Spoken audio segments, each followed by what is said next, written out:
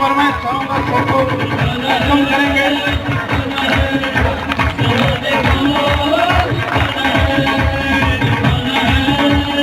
पटना की टीम की तरफ से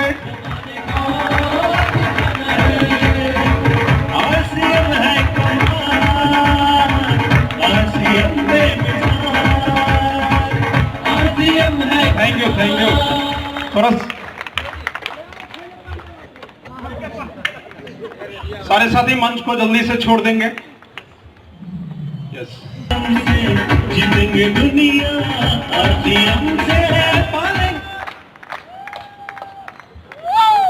जय आरसीएम। कैसे हैं आप लोग? कितने लोग जका से हाथ खड़ा करो। क्या बात है, फिर तो आरसीएम की जरूरत ही नहीं है, या जकास होना है अभी। हेलो, देखिए प्रॉब्लम है बहुत बड़ी, कानपुर में हड़ताल चल रही है, एक बार दूसरे में छेद कम सुनाई देता है। बात नहीं करोगे तो नींद आ जाएगी। हेलो, तो बात करेंगे। अच्छा, हाथ खड़ा करो कितने लोग हैं जिनको गर्मी नहीं लग रही? एक को भी नहीं लग रही। एक्साइटमेंट का लेवल बहुत अच्छा है। ये फूल मुझे दिए गए हैं, क्या करूं? आप लोगों को दे दूं? तो लीजिए।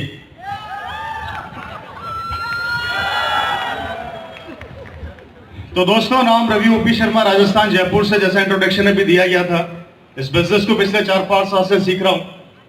ये बिजनेस क्यों करना चाहिए और डिस्कशन करने के लिए आप लोगों के बीच में आया हूं। ये बिजनेस क्या दे सकता है, जिंदगी कैसे बदल सकता है, और एक आम आदमी को खास कैसे बना सकता है, वो जानना चाहते हैं? कितने लोग जानना चाहते हैं? सभी जानना चाहते हैं। जिंदगी बदलना चाहते हैं, सपने पूरा करना चाहते हैं, सपने बड़े करना चाहते हैं, आसमान छूना चाहते हैं। पर जो काम अभी कर रहे हैं उससे कुछ होने वाला नहीं है। हेलो, मेरी बात समझ रहे हैं? देखिए दोस्तों, जो लाइफ स्टाइल अभी हम जी रहे हैं, जो काम हम कर रहे हैं, उससे सपने पूरे होंगे क्या? नहीं होंगे।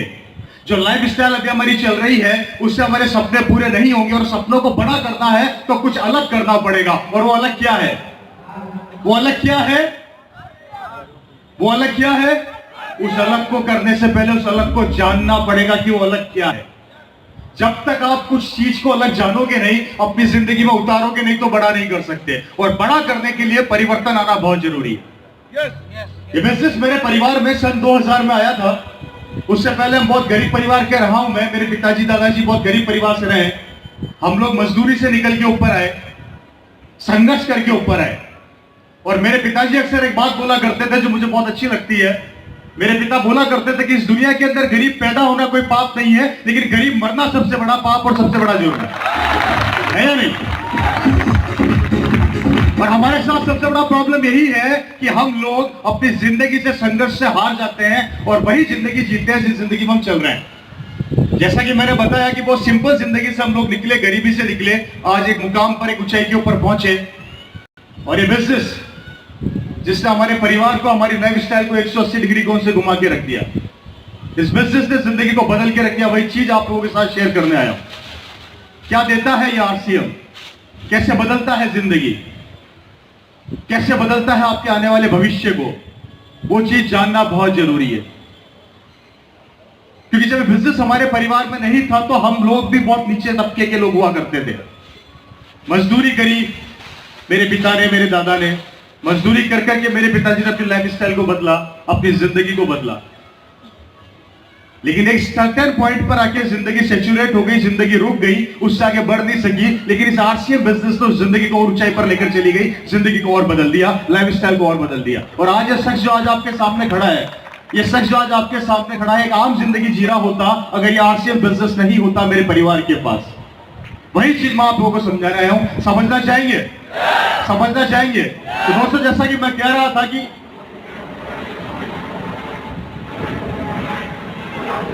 कैसा लग रहा है? कितने लोग इसमें बैठना चाहते हैं और कितने बैठ चुके हैं? जब बैठ चुके की बात आई तो मुश्किल से 20% हाथ खड़े हुए, और बैठने की बात आई तो सबके एंटीने खड़े हो गए। हेलो, है या नहीं? दोस्तों, ये बड़े बड़े हवाई जहाज, बड़े बड़े बंगले, बड़ी अच्छी लाइफ स्टाइल एक आम आदमी के लिए ही बनी है और हम उसे पूरा कर सकते हैं, लेकिन उन चीजों को पूरा करने के लिए सबसे पहले हमें हमारे से खुद से संघर्ष करना पड़ेगा। इस बिजनेस के अंदर, इस जिंदगी में एक आदमी बहुत महत्वपूर्ण होता है, वो होते हैं आप खुद। आपका कमिटमेंट ही आपको सफलता की ओर ले जाता है, और वो कमिटमेंट क्या है, वो अपने आप से करना पड़ेगा। लेकिन हमारी जिंदगी की प्रॉब्लम ये हो जाती है, हम हमारी जिंदगी से जब कमिटमेंट करते हैं या कोई कमिटमेंट लेते हैं तो अड़ोसी और पड़ोसी हमारे कमिटमेंट को हिला देता है। वो हमारे सपनों को पूरा होने नहीं देता, पूरा होने से पहले सपनों को तोड़ देता है और खत्म कर देता है, और असफल हम हो जाते हैं। होता कि नहीं होता? होता कि नहीं होता? और ऐसा कब तक चलेगा?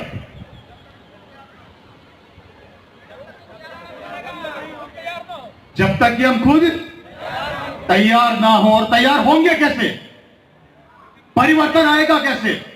जो जिंदगी हमारी चल रही है उससे परिवर्तन आ नहीं रहा, जो काम हम कर रहे हैं उससे सपने पूरे हो नहीं रहे, और सिर्फ हम पेट भरने का काम कर रहे हैं, अपने बच्चों के छोटे छोटे ख्वाब भी हम पूरे नहीं कर पा रहे, तो बड़ा बनेंगे कैसे? जिंदगी पलटेगी कैसे? और मैं नहीं कहता, इतिहास कहता है कि जितने भी करोड़पति या जितने भी बड़े बड़े मिलीनियर हुए, वो एक जमाने में जीरो हुआ करते थे, लेकिन अपने संघर्ष, अपने कमिटमेंट और अपनी मेहनत के कारण वो हिंदुस्तान के हीरो बन गए। लेकिन कमिटमेंट, अपने आप से किया हुआ कमिटमेंट इंसान को ऊंचाई की ओर ले जाता है, और वो आप सब में है, वो आप सब में है, इसलिए यहां पर बैठे हो। लेकिन प्रॉब्लम कहां पर आएगी? प्रॉब्लम यहां पर आएगी, यहां से बाहर जाओगे, एक आदमी पूछेगा कहां गया था, आप बोलोगे आरसीएम की मीटिंग में गया था, वो बोलेगा तू भी फंस गया, खेल खत्म।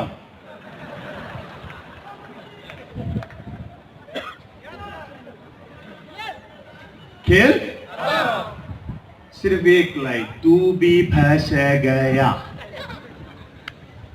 और हम लोग वापस घर जाएंगे, बोरिया बिस्तर बंद करके वापस काम पे निकल जाएंगे। वही सुबह 7 बजे उठे 9 बजे ऑफिस पहुंच जाएंगे, शाम को वापस 6 बजे घर आएंगे, गरम गरम रोटी खाएंगे, राजनीति पर चर्चा करेंगे और सो जाएंगे।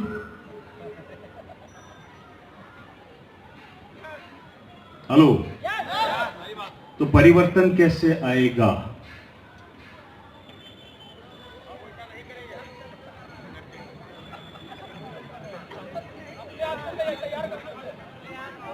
ये बात मैं अपने लिए नहीं पूछ रहा, ये बात मैं आप लोगों से पूछ रहा हूं, आप ही के लिए, कि परिवर्तन कैसे आएगा। क्योंकि प्रॉब्लम क्या है, हमारी जिंदगी की चाबी हमारे हाथ में नहीं है, दूसरे के हाथ में। नौकरी करते हो, बॉस जब तक घर जाने के लिए नहीं बोलेगा बैठे रहोगे, क्योंकि नौकरी कर दी है। घर चला गया तो बॉस नौकरी से निकाल देगा, चाबी बॉस के हाथ में। दुकान पर बैठे हो, ग्राहकों का इंतजार करते हो, जब तक ग्राहक नहीं आएगा घर जा नहीं सकते, चाबी ग्राहकों के हाथ में। घर में जाओगे, बीवी बोलेगी कहां जा रहे हो, आप बोलोगे आरसीएम का प्लान दिखाने जा रहा हूं, बीवी बोलेगी टांगे तोड़ दूंगी घर से बाहर निकली तो, चाबी किसके हाथ में? मैं नहीं बोल रहा, आप बोल रहे हो।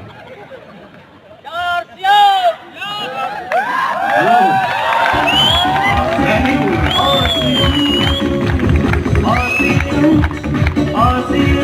हेलो, हमारी जिंदगी का फैसला हम नहीं करते, कोई और करता है, जिस कारण से हमारी जिंदगी क्या है हमें पता ही नहीं, जीरो होती है। क्योंकि हम लोग हमारी जिंदगी को हमारे हिसाब से नहीं चलाते, हमारी जिंदगी दूसरे लोग चलाते हैं, हम उनके हिसाब से।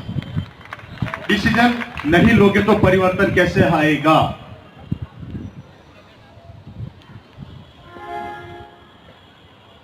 हेलो, जब 25-30 साल की उम्र में थे तो सपने बड़े बड़े हुआ करते थे, होते थे कि नहीं होते थे? मेरे पास गाड़ी होगी, बंगला होगा, बैंक बैलेंस होगा, मेरे गांव में मेरा मकान होगा, मेरी कोठी होगी, मेरे खेत होंगे, मेरे खलियान होंगे। 35 से 40 साल की उम्र में आते हो तो सपनों में से कोठी निकल जाती है और मकान निकल जाता है, गाड़ी निकल जाती है। वो तो पिताजी के पास पहले से ही थी। कारण 35 से 40 साल की उम्र में आते आते पता लग जाता है कि पैसा कमाना कितना मुश्किल काम। हेलो, 40 से 45 साल की उम्र में आते हो तो सपने और छोटे हो जाते हैं और पता लग जाता है कि बच्चे पैदा हो गए, अब इनको पालना है, इनका पेट पालना है। सपने धीरे धीरे खत्म होते जाते हैं, जिम्मेदारियां बढ़ती चली जाती है, और हम लोग जिम्मेदारी में दब के सबके सपनों से, अपने आने वाली जिंदगी से समझौता चालू कर देते हैं। और 40 से 50 साल की उम्र में आते आते हम अपने बच्चे के बच्चों को खिलाते हैं और चाय पीते हैं घर में बैठे बैठे। कब तक? लो साहब, एक चीज और ऐड कर दी, राम नाम सत्य है। किसी आदमी ने बोला है, मैंने नहीं बोला है, कि 84 लाख योनियों के बाद मानव जीवन मिलता है, और इस एक मानव जीवन के अंदर हम लोग सिर्फ जिंदगी को काटते हैं, जिंदगी को जीते नहीं। और किसी से भी पूछ लीजिए, एक ही शब्द बोलेगा, कैसी चल रही है? बस कट रही है।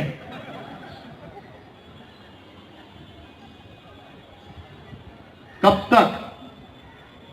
जहां उम्र के साथ साथ हमारे सपने बड़े होने चाहिए, यहां बैठा हर आदमी उम्र के साथ साथ अपने सपनों को छोटा करता जा रहा है, धीरे धीरे खत्म करता जा रहा है, अपनी जिंदगी को मारता जा रहा है। कब तक?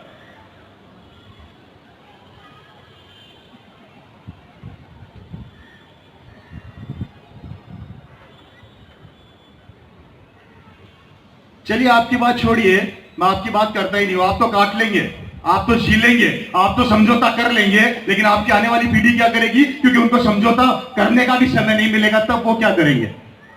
क्योंकि जनसंख्या बढ़ती जा रही है, कंपटीशन बढ़ता जा रहा है, महंगाई बढ़ती जा रही है, संघर्ष बढ़ता जा रहा है, हर फील्ड के अंदर कंपटीशन हो चुका है, भाई भाई का दुश्मन होता जा रहा है, बहन बहन को प्यार नहीं करती, बाप बेटे को प्यार नहीं करता, लोग नौकरी के पीछे पागल हुए जा रहे हैं, काम के पीछे पागल हुए जा रहे हैं, काम बचे नहीं है, धंधे बचे नहीं है। अब मुझे बताइए, आपकी आने वाली जनरेशन क्या करेगी?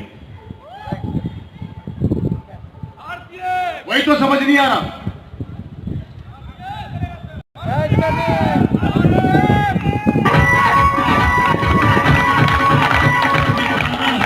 हेलो, भविष्य दिखा रहा हूं, प्रेजेंट से मिला रहा हूं, पास्ट की बात कर चुका हूं, निकल गया, उसको छोड़ो। जो हो रहा है उसमें समझौता चल रहा है। बच्चे को पढ़ाने के लिए भेजते हैं कि बच्चा बड़ा ऑफिसर बनेगा। अरे आपका बच्चा ऑफिसर बनेगा तो दूसरे का नहीं बनेगा क्या? वो भी तो लाइन में लगा हुआ है, तो आपका कब बनेगा? और अगर आपका बन गया तो उसका बच्चा कहां जाएगा? नौकरी एक, एग्जाम देने वाले अनेक, काम एक, करने वाले अनेक, मिलेगी एक को, बाकी का क्या होगा? वो भी नहीं मिलेगी, क्योंकि हवा खाने का भी कंपटीशन बढ़ने वाला है। ऑक्सीजन बेच रहा है चाइना।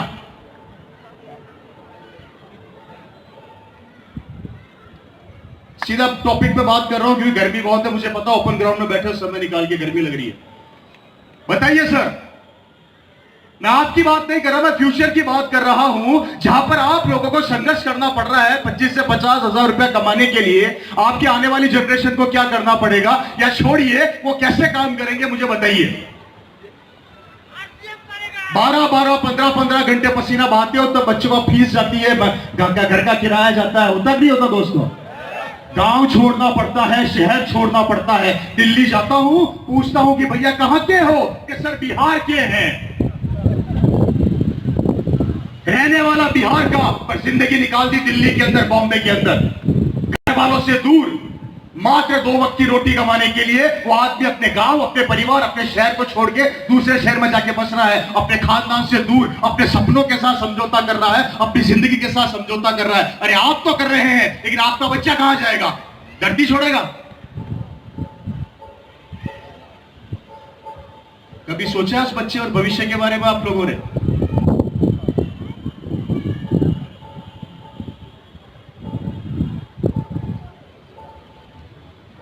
मत करो आरसीएम, मत समझो आरसीएम।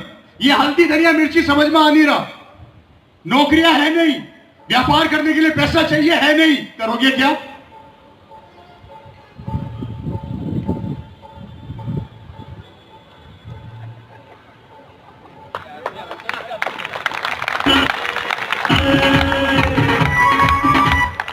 ये ताली किसके लिए बजाई? भविष्य की बर्बादी के लिए या आरसीएम के लिए? मैं रिपीट कर देता हूं, नौकरियां है नहीं, व्यापार करने के लिए पैसा चाहिए, है नहीं, उधार लेकर भी आ जाओगे तो ब्याज मांगने वाला 1 तारीख को घर पहुंच जाएगा, ब्याज चुकाते चुकाते बर्बाद हो जाओगे। ये हल्की धनिया मिर्ची सर्फ साबुन तेल समझ में आ नहीं रहा है, करोगे क्या? नहीं नहीं नहीं नहीं, वो तो अभी बाहर जाएगा, हवा निकाल देगा 2 मिनट में। मैं सीधा अटैक कर रहा हूं आपके माइंड, आपके दिल के ऊपर, बाकी की बातें सब फालतू है। सीधा पॉइंट टू पॉइंट बात।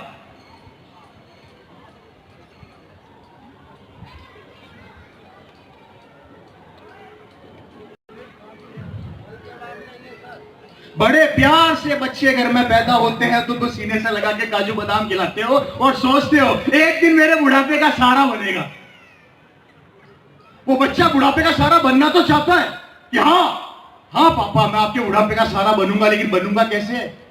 क्योंकि मैं बच्चा हूं तो दूसरे घर में भी तो बच्चा पैदा हुआ है, वो भी तो बुढ़ापे का सहारा बनने वाला है। अरे जब भाई भाई से लड़ेगा तो बताइए काम कैसे चलेगा।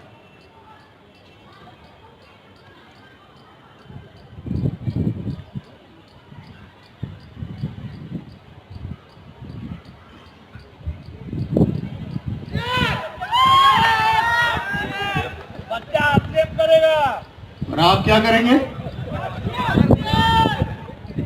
बच्चे का तो बता दिया, आप क्या करेंगे? हम चेक करेंगे कि कब तक आरसीएम चलती है। 17 साल पहले लोग आरसीएम को चेक करते थे जब मेरे पिता ने चालू किया था, ये चलेगी नहीं चलेगी, और लोग कहा करते थे ये नहीं चलेगी नहीं चलेगी नहीं चलेगी। और 17-18 साल पूरे हो गए, आरसीएम अभी भी चल रही है और लोग अभी भी चेक कर रहे हैं ये चलेगी या नहीं चलेगी। तो मुझे बताइए चेक किसको कर रहे हो, आरसीएम को या खुद को? कब तक करोगे भाई? और चलती कैसे है?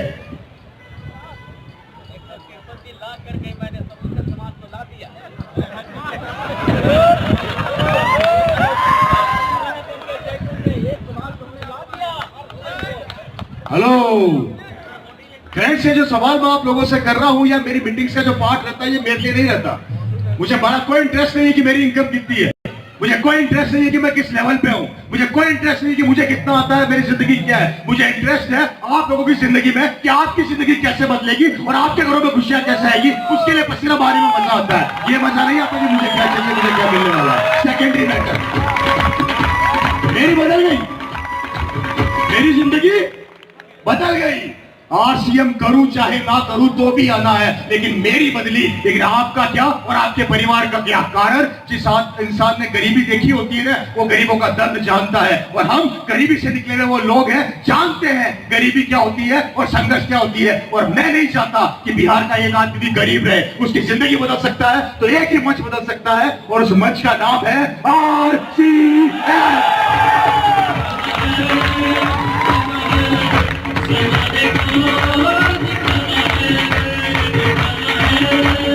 हेलो,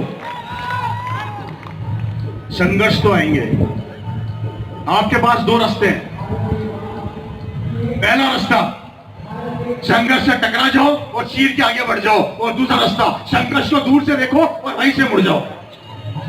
पर याद रखना, अगर संघर्ष को देख के मुड़ गए तो कभी अपने बच्चे को यह मत सिखाना, बेटा जिंदगी में कभी हार मत मानना, क्योंकि सबसे पहले हार हम खुद मानते हैं।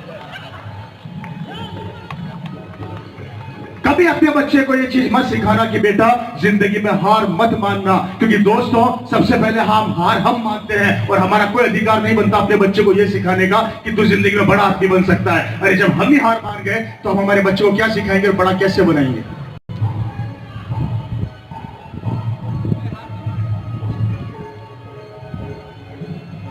मेरी बात समझ में आ रही है? हाथ खड़ा कीजिए कितने लोग हैं जिनको मेरी बात समझ में नहीं आ रही है। यही तो प्रॉब्लम है हमारी सफलता का। बात सुनते नहीं, उससे पहले एंटीना खड़ा कर देते हैं। भैया इस कानपुर को पूरा यूज में लो कि मैं क्या बोलने वाला हूं, और यही हमारी बिजनेस का सबसे बड़ा कारण बनता है सफलता का, कि हम चीज को सुनते नहीं है, समझते नहीं है, उससे पहले टूट पड़ते हैं। चाहे वो नेगेटिव हो चाहे वो पॉजिटिव हो।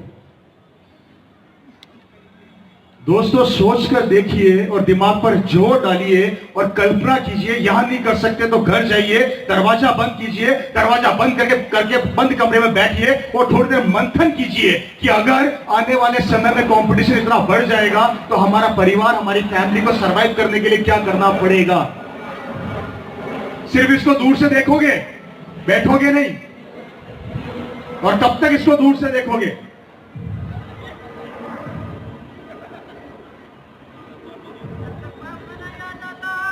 हेलो, मैं बड़े गरीब परिवार का लड़का रहा। मेरे दादाजी लेथ मशीन पे मजदूर थे। हमारे पास कुछ भी नहीं था, न घर थी, न खेत थे, न खलियान थे, न प्रॉपर्टी थी, न मकान था।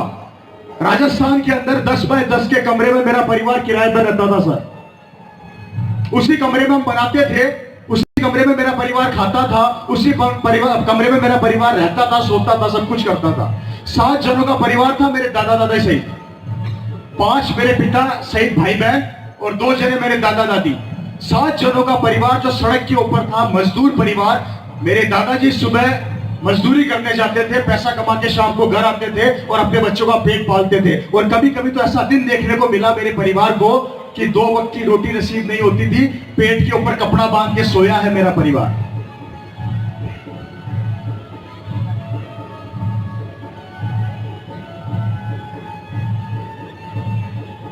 अक्सर मेरे दादाजी मेरे पिता को बोला करते थे कि बेटा पढ़ाई छोड़ दे, साइकिल की दुकान पर जाके टायर खोलने का काम चालू कर, 2 पैसा कमाएगा।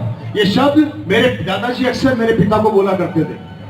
लेकिन मेरे पिताजी की जिंदगी में एक चीज बहुत अच्छी लगती थी, उनका कॉन्फिडेंस लेवल बहुत ज्यादा हाई था। बचपन के अंदर 5 साल की उम्र में मेरे पिताजी कचौरी बेच के अपनी स्कूलिंग पूरी करी, कचौरी बेच बेच के अपनी पढ़ाई पूरी करी साहब।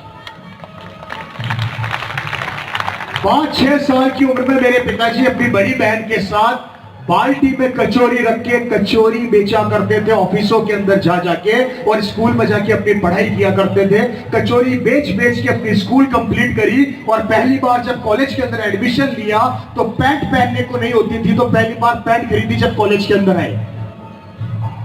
मैं कहानी आपको क्यों बता रहा हूं? ये कहानी मैं आपको इसलिए बता रहा हूं कि संघर्ष और बुरा वक्त सबकी जिंदगी में आता है, चाहे भगवान राम हो, चाहे वो अमिताभ बच्चन हो। भगवान राम को भी 14 साल वनवास जाना पड़ा था और अमिताभ बच्चन को भी बैंक करप्ट होना पड़ा था। तो आप पर मैं किस खेत की मूली है? संघर्ष को स्वीकार करना सीखिए, संघर्ष से भागना मत सीखिए।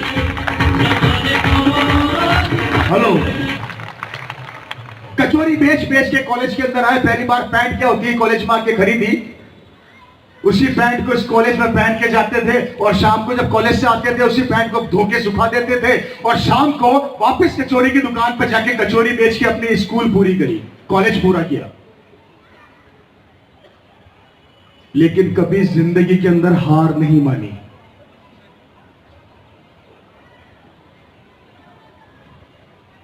कॉलेज कंप्लीट करते करते करते करते इतना संघर्ष किया, इतना संघर्ष किया दोस्तों। मेरे फादर संघर्ष करते करते करते राजस्थान गवर्नमेंट के अंदर जॉइंट डायरेक्टर बन गए, इक्विवेलेंट टू आईएएस ऑफिसर।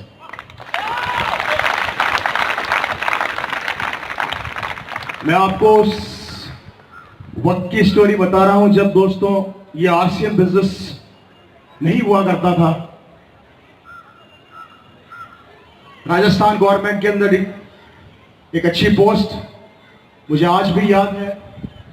मैं छोटा था उस टाइम, मेरे पिताजी की महीने की सैलरी हुआ करती थी 25,000 रुपया महीना, सन 2000 में। कौन से ईयर में सर? सन 2000 में 25,000 रुपया सैलरी मेरे पिताजी की हुआ करती थी। मेरी बात को ध्यान से सुनिएगा।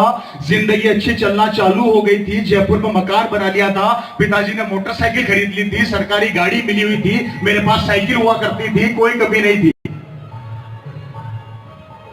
और अक्सर मेरे पिताजी ऑफिस से आते थे तो सोते नहीं थे, टीवी देखते नहीं थे, वो जनरली सोचा करते थे। और मैं मेरे पिता से पूछता था, पापा सोचते क्या रहते हो? तो मेरे पिताजी मुझे बोला करते थे, रवि इससे भी बड़ा करना है।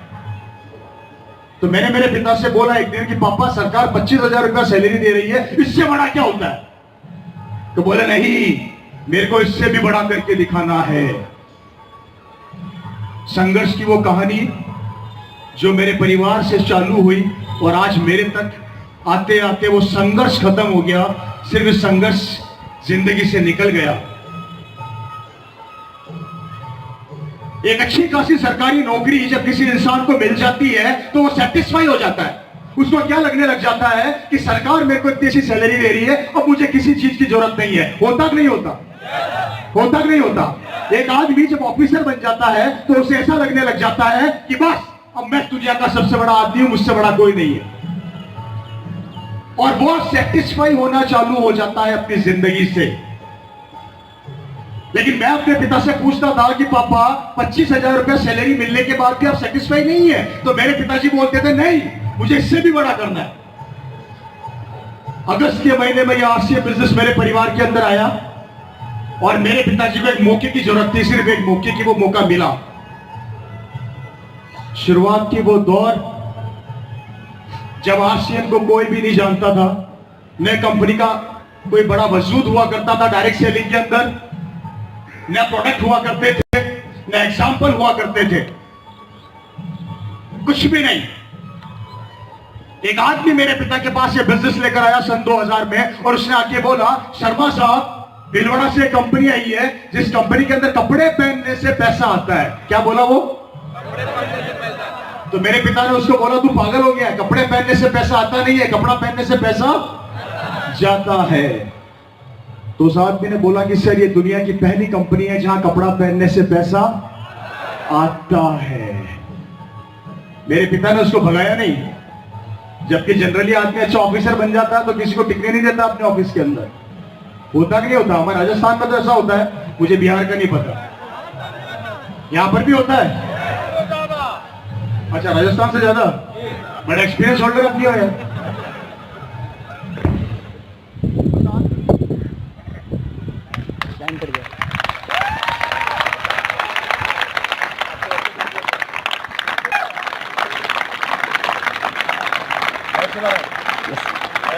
नहीं सर, लाइव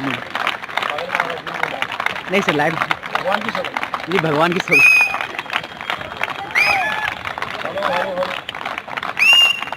क्या हुआ, जोश खत्म हो गया क्या? बिहार के लोगों,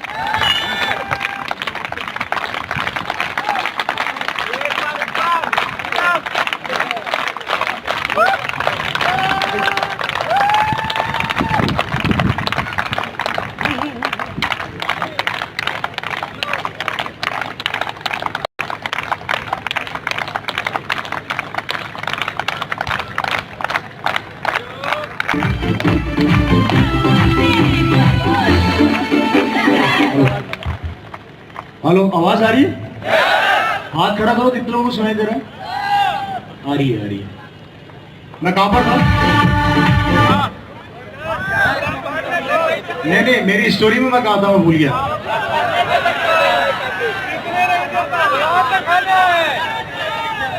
ये आदमी बहुत ऊपर जाएगा, इतना ऊपर भी नहीं, समझ गए ना? घबरा गया भाई साहब, इनको लगा बिल्कुल ही भेज दिया। दोस्तों, अच्छी खासी ऑफिसर जॉब मिल गई थी, सरकारी गाड़ी मेरे पिताजी को लेने आती थी, छोड़ने जाती थी, जरूरत नहीं थी आरसीएम की, कोई जरूरत नहीं थी। मेरी बात को ध्यान से सुनना और समझना। एक आदमी जब बिजनेस में एक पोजीशन पे पहुंच जाता है या व्यापार के अंदर एक पोजीशन पे पहुंच जाता है तो उसको ऐसा लगने लग जाता है कि मेरी जिंदगी सफल हो गई। जबकि मैं अपनी नॉलेज के लिए बता देता हूं, मुझे नहीं पता यहां पर बिजनेसमैन कौन है, मुझे यहां पर यह नहीं पता नौकरी कौन कर रहा है या बेरोजगार कौन है, लेकिन एक बात याद रखना, जो आदमी अपनी जिंदगी से सेटिस्फाई हो गया उसकी प्रोग्रेस रुक गई। मेरी बात ध्यान से समझने की कोशिश कीजिएगा। कारण, क्योंकि आज भी धीरू भाई अंबानी के जो बेटे हैं इतने करोड़पति हैं, अरबपति हैं, उसके बाद भी अपनी दुकान के ऊपर हल्दी, धनिया, मिर्ची और यहां तक कि टमाटर और धनिया बेचते हैं रिलायंस की दुकान पे। सही कह रहा हूं, गलत कह रहा हूं? वो अभी भी सेटिस्फाई नहीं है। टाटा का मालिक ट्रक बेचता है, टाटा का मालिक जैगुआर गाड़ी बेचता है, और वही टाटा का मालिक अपनी दुकान पर 18 रुपए का नमक बेचता है, वो भी सेटिस्फाई नहीं है। वो भी पैसा कमाने के लिए मेहनत कर रहे हैं, भाग रहे हैं। अरे यहां तक कि मिस्टर अमिताभ बच्चन जी, जिनकी उम्र 75 साल हो गई तो भी 16-16 घंटे काम करते हैं, वो भी सेटिस्फाई नहीं है। तो हम लोग जब छोटी सी नौकरी या छोटा सा व्यापार सफल हो जाता है तो सेटिस्फाई क्यों हो जाते हैं? क्यों होते हैं?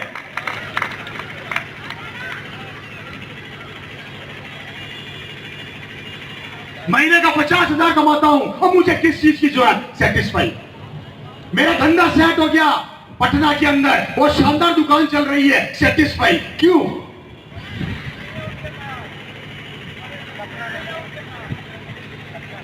हमारी जिंदगी के अंदर हमारी सफलता के पीछे कोई और नहीं है। हमारी जिंदगी में हमारी सफलता को रोकने वाला, हमारे को स्टेबल करने वाला, हमें आगे नहीं बढ़ने वाला हम खुद है, और हमारी ये सोच है जो पहले फ्लोर के ऊपर बैठी हुई है, ये हमें आगे नहीं बढ़ने देती। क्यों? क्योंकि सेटिस्फाई का कीड़ा हमारी जिंदगी के अंदर लौंगना चालू करता है और गिलबराना चालू करता है। अरे मजा आ गया, नौकरी मिल गई, इतने साल से मेहनत कर रहा था, जिंदगी सफल हो गई, अब महीने का 20,000 कमाऊंगा, जिंदगी खत्म। और मैं नहीं कहता, किसी भी नौकरी वाले से पूछ लो, नौकरी वाले बोलते हैं नौकरी भूखा मरने देगी नहीं और पैसे वाला बनने देगी नहीं। सही कह रहा हूं या गलत कह रहा हूं साहब? सही कह रहा हूं या गलत कह रहा हूं? अच्छा, आपके दिमाग में नौकरी का भूत डाला किसने? मानता हूं अपॉर्चुनिटी नहीं थी, मानता हूं मौका नहीं था, और मौका था भी तो हम लोगों ने उसका प्रयास नहीं किया। तो गलती किसकी हुई? अपने आप से सेटिस्फाई कौन हुआ? हम खुद हुए। और जिस कारण से आप पैसे से कई लोग हैं जो बहुत बड़ा कर सकते थे, लेकिन मात्र कुछ चीजों से सेटिस्फाई होकर वहीं के वहीं रुक गए।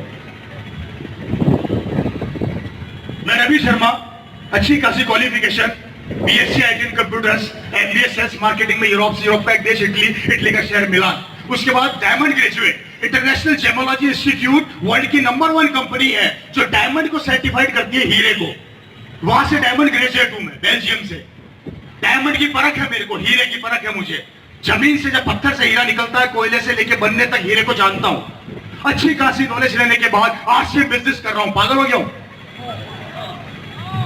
किस किस को लगता है मैं पागल हो गया हूं? यही तो प्रॉब्लम है, सुनते नहीं है उससे पहले। मेरे पिताजी ऑन ड्यूटी एक्सपायर हुए। सरकार ने मेरे को बोला, रवि जी आपको नौकरी मिलेगी, आइए। मैंने कहा बिल्कुल साहब, क्या करना पड़ेगा? अपने डॉक्यूमेंट सबमिट कराइए, आपको सरकारी नौकरी मिलेगी। मैंने कहा थैंक यू। उसके बाद आपको यूडीसी बनाया जाएगा, एलडीसी बनाया जाएगा, यही बोलते हैं। मैं थोड़ा पढ़ा लिखा कम हूं इस मामले में। मैंने कहा सैलरी सर 12,000 रुपया महीना। मेरा गला फट जाएगा, आराम से बोल ले। उसके बाद आपको 2 साल डेपुटेशन पे भेजा जाएगा। मतलब आपके पिताजी की उम्र तक आते आते आपकी महीने की सैलरी होगी 50-60 हजार रुपया महीना। मैंने कहा कितने साल देने पड़ेंगे? उसने बोला सर 40 साल नौकरी करनी पड़ेगी, तब आप अपने पिताजी की पोस्ट पे पहुंच जाओगे। और दूसरी तरफ आरसीएम था। पिताजी के जाने के बाद जितनी सैलरी नहीं मिल रही थी, उससे 3 गुना ज्यादा टीडीएस कट रहा था।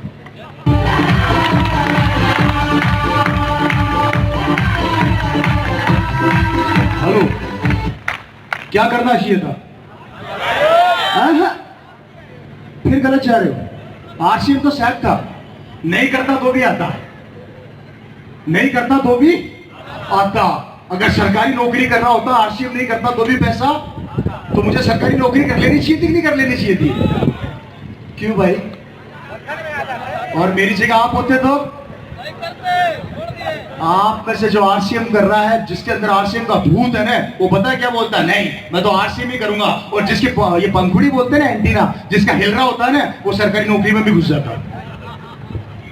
कारण विश्वास नहीं है, विश्वास नहीं है। सरकारी नौकरी को लात मारी और आरसीएम में कूद गया। 4 साल हो गए, चालू कर रखा है, बैठने का नाम नहीं लेता, दिमाग खराब हो रखा है, पागल हो रखा हूं। महीने के 15-15 दिन काम करता हूं, कारण सफल हो गया, उसके बाद भी कर रहा हूं, क्योंकि मेरा सपना यहाँ पर नंबर 1 रहना नहीं है। मेरा सपना अपने नीचे नंबर 1 पैदा करना है। जब तक लगा रहूंगा, जब तक कीमत की लाइन नहीं लगा देते।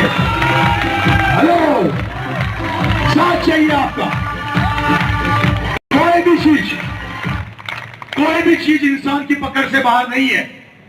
इंसान जो चाहे कर सकता है, जो चाहे बन सकता है। एक जमाने के अंदर एक आदमी सोचा करते थे चांद भगवान है, थोड़े देर बाद चांद के ऊपर आदमी पहुंच गया।